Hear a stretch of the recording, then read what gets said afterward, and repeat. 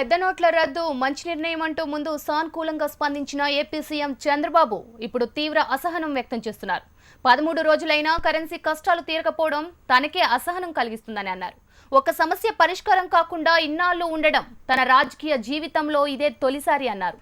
తనకు ఎన్ని సంక్షోభాలు ఎదురైనా వాటన్నింటినీ 7-8 రోజుల్లోనే అధిగమించానని గుర్తు చేశారు. ప్రజల అవసరాలకు తగ్గట్టుగా కొత్త నోట్ల లభ్యత లేకపోవడంతో తీవ్ర ఇబ్బందులు పడుతున్నారని, నిరుపేదల నుంచి ధనికుల వరకు అందరికీ ఇక్కట్లు తప్పడం లేదని ఆవేదన వ్యక్తం చేశారు చంద్రబాబు.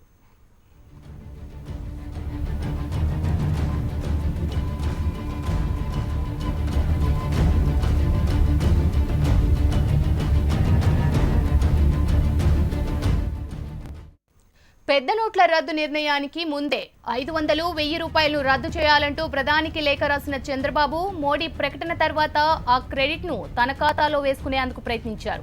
పెద్ద నోట్ల రద్దు చేయాలని తాము ఎప్పటి నుంచో కోరుతున్నామని, ఇది తమ పోరాట ఫలితమేనని చెప్పుకున్నారు. నోట్ల రద్దుపై ప్రజల నుంచి పాజిటివ్ రియాక్షన్స్ వస్తే మోడీతో పాటు తమకు మంచి పేరు వస్తుందని లెక్కలేసిన చంద్రబాబుకు ప్రజల్లో రోజురోజుకి పెరుగుతున్న అశాంతితో షాక్ తిన్నట్లు తెలుస్తోంది. 13 రోజులైనా కరెన్సీ కష్టాలు తీరకపోవడంతో ప్రజల్లో వ్యతిరేకత పెరగడాన్ని గమనించిన బాబు కేంద్ర ప్రభుత్వ తీరుపై మండిపడుతున్నట్లు తెలుస్తోంది.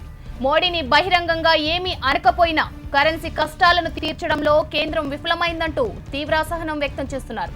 ఒక్క సమస్య పరిష్కారం కాకుండా ఇన్నాళ్లు ఉండడం తన రాజకీయ జీవితంలో ఇప్పుడే మొదటిసారి చూస్తున్నానంటూ కీలక వ్యాఖ్యలు చేసిన చంద్రబాబు తాను ఎదుర్కొన్న ఎలాంటి సంక్షోభాన్ని అయినా 7-8 రోజుల్లోనే అధిగమించానంటూ మోడీ వైఫల్యాన్ని ఎత్తి చూపే ప్రయత్నం చేశారు.